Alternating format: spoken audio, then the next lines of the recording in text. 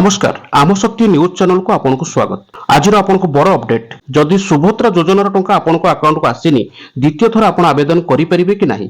सुभद्रा योजनार द्वितीय किस्ती केबे आसुछि आसंतु जानिबा। आसंता काली अकाउंट को आसीछि सुभद्रा योजनार टंका।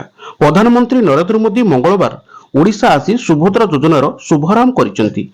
निज जन्मदिन में ओडिशा रे महिला मानक एक बड़ भेटी प्रदान करिसेंती प्राइम मिनिस्टर नरेंद्र मोदी। ଏହି ଅବସରରେ ମହିଳାଙ୍କ ଆକାଉଣ୍ଟକୁ 5,000 ଟଙ୍କା ପ୍ରଦାନ କରାଯାଇଛି।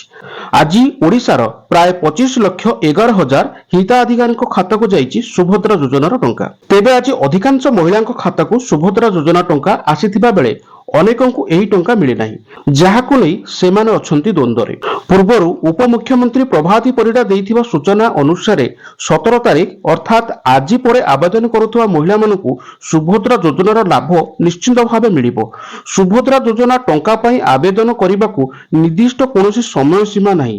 ଜଣେ ଚାହିଁଲେ ବର୍ତ୍ତମାନ ମଧ୍ୟ ରେଜିଷ୍ଟ୍ରେସନ କରିପାରିବେ, କିନ୍ତୁ 15 ତାରିଖ ପର୍ଯ୍ୟନ୍ତ ଯେଉଁମାନେ ଆବେଦନ କରିଥିଲେ ସେମାନଙ୍କୁ ଆଜି ଟଙ୍କା ମିଳିବ। ଆଜି ଅର୍ଥାତ୍ 17 ତାରିଖ ପରେ ଆବେଦନ କରିଥିବା ମହିଳାମାନେ ଏଥିରୁ ବଞ୍ଚିତ ହେବେ ନାହିଁ ବୋଲି ଉପମୁଖ୍ୟମନ୍ତ୍ରୀ ସ୍ପଷ୍ଟ କରିଥିଲେ। ସୁଭଦ୍ରା ପାଇଁ ରବିବାର ପ୍ରଥମେ ପରୀକ୍ଷାମୂଳକ ଭାବରେ 1 ଟଙ୍କା ପଠାଇଥିଲେ ରାଜ୍ୟ ସରକାର। ତେବେ ଯେଉଁମାନଙ୍କ ଆକାଉଣ୍ଟକୁ 1 ଟଙ୍କା ଯାଇଥିଲା ଏବଂ ଯେଉଁମାନଙ୍କର ଯାଇ ବି ନଥିଲା ସେମାନଙ୍କ ଆକାଉଣ୍ଟକୁ ଯାଇଛି 4,999 ଟଙ୍କା। କିନ୍ତୁ ଯେଉଁମାନେ 15 ତାରିଖ ପରେ ଆବେଦନ କରୁଥିବେ ସେମାନଙ୍କୁ ଆଜି ଟଙ୍କା ମିଳିବ ନାହିଁ। କିନ୍ତୁ 15 ତାରିଖ ପୂର୍ବରୁ ଆପ୍ଲାଏ କରି ଯଦି ଆପଣଙ୍କୁ ଟଙ୍କା ମିଳିନାହିଁ ତେବେ ସେ କ'ଣ ଦ୍ୱିତୀୟ ଥର ଆବେଦନ କରିପାରିବେ କି ନାହିଁ ଆସନ୍ତୁ ଜାଣିବା। ତେବେ ଯଦି ଆପଣଙ୍କର ପ୍ରଥମ ଆବେଦନରେ ଟଙ୍କା ମିଳୁନାହିଁ କିମ୍ବା ଆପଣ ଅଯୋଗ୍ୟ ସାବ୍ୟସ୍ତ ହୋଇଛନ୍ତି ତେବେ ପରବର୍ତ୍ତୀ ସମୟରେ ଆପଣ ପୁଣି ଥରେ ଆବେଦନ କରିପାରିବେ। ଏବଂ ଯଦି ପରବର୍ତ୍ତୀ ସମୟରେ ଆପଣ ଯୋଗ୍ୟ ବିବେଚିତ ହୁଅନ୍ତି ତେବେ ଆବେଦନ ତାରିଖ ନିର୍ବିଶେଷରେ ସେଇ ବର୍ଷର କିସ୍ତି ଟଙ୍କା ପାଇପାରିବେ। ସୂଚନା ଥାଉ କି ସୁଭଦ୍ରା ଯୋଜନାରେ ଆବେଦନ କରିବା ପାଇଁ ସେଭଳି କୌଣସି ଆବେଦନର କୌଣସି ବି ସୀମା ଧାର୍ଯ୍ୟ ହୁଏ ନାହିଁ। ଆଜି ଯେଉଁମାନଙ୍କୁ ପ୍ରଥମ କିସ୍ତି ଟଙ୍କା ମିଳିନାହିଁ ସେମାନେ ଆବେଦନ କରିଲେ ପରେ ମିଳିବ। ଏପରିକି ଯେଉଁମାନେ ପ୍ରଥମ କିସ୍ତି ଟଙ୍କା ନ ପାଇବେ ସେମାନଙ୍କୁ ପରବର୍ତ୍ତୀ କିସ୍ତିରେ ଏକାବେଳକେ 2ଟି କିସ୍ତିର ଟଙ୍କା ମିଳିବ। ଆବେଦନକାରୀଙ୍କ ନାଁରେ ଆଧାର କାର୍ଡ ଓ କାର୍ଯ୍ୟକ୍ଷମ ବ୍ୟାଙ୍କ ଆକାଉଣ୍ଟ ଥିବା ନିହାତି ଆବଶ୍ୟକ। ବ୍ୟାଙ୍କ ସହ ଆଧାର ସଂଯୋଗ ହୋଇଥିବା ନିହାତି ଜରୁରୀ। ତା ସହିତ ହିତାଧିକାରୀଙ୍କ ମୋବାଇଲ ନମ୍ବରଟି ମଧ୍ୟ ଆଧାର କାର୍ଡ ସହିତ ଲିଙ୍କ ରହିଥିବା ଦରକାର। ସୁଭଦ୍ରା ଯୋଜନାରେ 21 ବର୍ଷରୁ 60 ବର୍ଷ ପର୍ଯ୍ୟନ୍ତ ମହିଳା ସାମିଲ ହୋଇପାରିବେ। ଏ ଗାଇଡଲାଇନ ଅନୁସାରେ ସ୍ପଷ୍ଟ କରିଛନ୍ତି ରାଜ୍ୟ ସରକାର। ବର୍ଷକୁ 2ଟି କିସ୍ତିରେ ମହିଳାଙ୍କୁ ମିଳିବ ଟଙ୍କା। ବର୍ଷକୁ 2ଟି କିସ୍ତିରେ ମହିଳାଙ୍କୁ ମିଳିବ ଟଙ୍କା। ପ୍ରତ୍ୟେକ କିସ୍ତିରେ ମହିଳାଙ୍କ ଆକାଉଣ୍ଟକୁ ସିଧାସଳଖ ଟଙ୍କା ଆସିପାରିବ।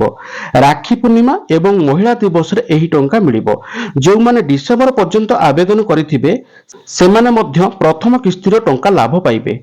ଯେଉଁ ମହିଳାଙ୍କ ଖାତାକୁ ପ୍ରଥମ କିସ୍ତି ଭାବେ 5,000 ଟଙ୍କା ଆସିଛି ସେମାନେ ଦ୍ୱିତୀୟ କିସ୍ତି ଭାବରେ ମାର୍ଚ୍ଚ ମାସରେ 10,000 ଟଙ୍କା ପାଇବେ। କିଛି ଦିନ ପୂର୍ବରୁ ଉପମୁଖ୍ୟମନ୍ତ୍ରୀ ପ୍ରଭାତୀ ପରିଡ଼ା ସୁଭଦ୍ରା ଯୋଜନାର ଏକ ୱେବ ପୋର୍ଟାଲରେ ଶୁଭାରମ୍ଭ କରିଛନ୍ତି। ଏହି ୱେବ ପୋର୍ଟାଲଟି ହେଉଛି www.subhadra.odisha.gov.in।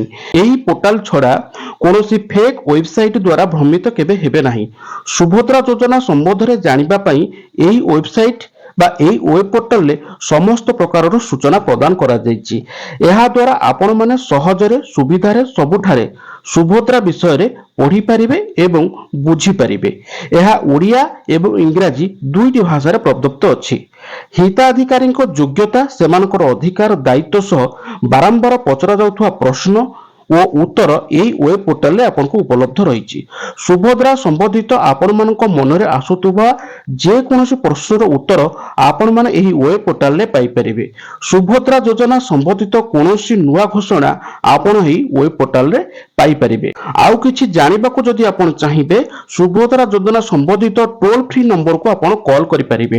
ଟୋଲ ଫ୍ରି ନମ୍ବରଟିକୁ ନୋଟ୍ କରିଦିଅନ୍ତୁ 1467 ରେ ଆପଣ କଲ୍ କରିବେ। ଆଉ ଥରେ କହିଦେଉଛି 14678। ଏହି ଟୋଲ ଫ୍ରି ନମ୍ବର ସକାଳ 6ଟାରୁ ରାତି 10ଟା ପର୍ଯ୍ୟନ୍ତ କାର୍ଯ୍ୟକ୍ଷମ ହେବ। ସୁଭଦ୍ରା ଫର୍ମ ସମ୍ପୂର୍ଣ୍ଣ ମାଗଣାରେ ଉପଲବ୍ଧ ହେଉଛି। ପୂରଣ ହୋଇଥିବା ଫର୍ମ ସହିତ ଆବେଦନକାରୀଙ୍କୁ କେବଳ ଆଧାର କାର୍ଡର ନକଲ ଦାଖଲ କରିବାକୁ ହେବ। ମୋ ସେବା କେନ୍ଦ୍ର, ଜନସେବା କେନ୍ଦ୍ର, ଜିଲ୍ଲାପାଳଙ୍କ ନିର୍ଦ୍ଦେଶ ଅନୁସାରେ ନିରୂପଣ କରାଯାଇଥିବା ନିର୍ଦ୍ଦିଷ୍ଟ ସ୍ଥାନ ଓ କାର୍ଯ୍ୟାଳୟରେ ଫର୍ମ ଦାଖଲ କରିପାରିବେ। ସୁଭଦ୍ରା ଯୋଜନା ସମ୍ବନ୍ଧିତ ଆଉ କିଛି ତଥ୍ୟ ଜାଣିବା ପାଇଁ ଚାହୁଁଛନ୍ତି ତାହେଲେ ଆମ ନ୍ୟୁଜ ଚ୍ୟାନେଲକୁ ସବସ୍କ୍ରାଇବ କରନ୍ତୁ, ନୋଟିଫିକେସନ ଆଇକନକୁ ଅନ୍ ରଖନ୍ତୁ। ନମସ୍କାର।